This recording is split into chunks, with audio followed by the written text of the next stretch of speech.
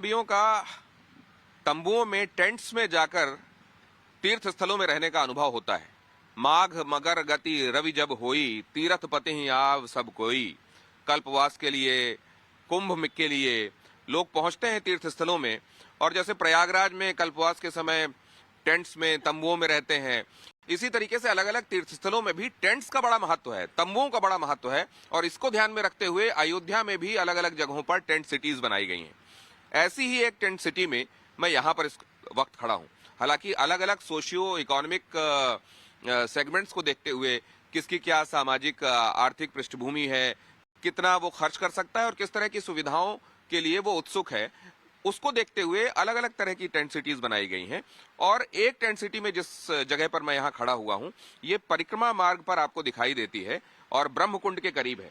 यहाँ जब आप जाते हैं तो इस तरीके से भगवान राम की, भगवान श्री राम की चरण पादुकाएं यहाँ पर बनाई गई हैं, जिनमें स्वास्तिक से लेकर, ध्वज से लेकर, ओम से लेकर भगवान के चरणों में जो चिन्ह हैं, उन चरण चिन्हों को समेटे हुए ये चरण पादुकाएं यहाँ पर आपको दिखाई देती हैं।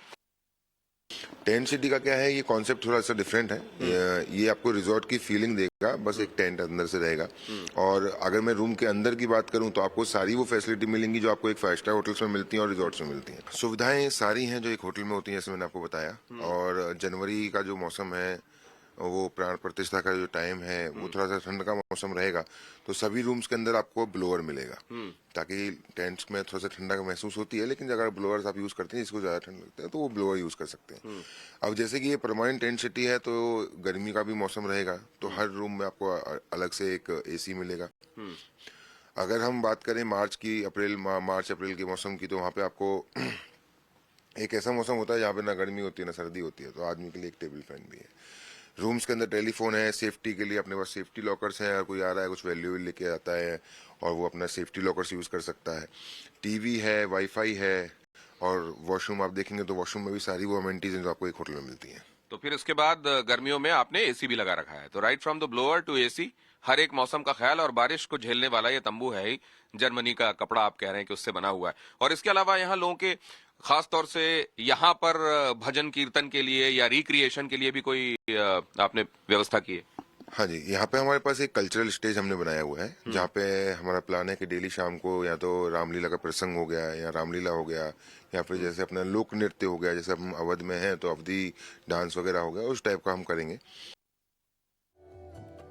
The drones, CCTVs and thousands of security personnel will be overseeing security arrangements in Ayodhya.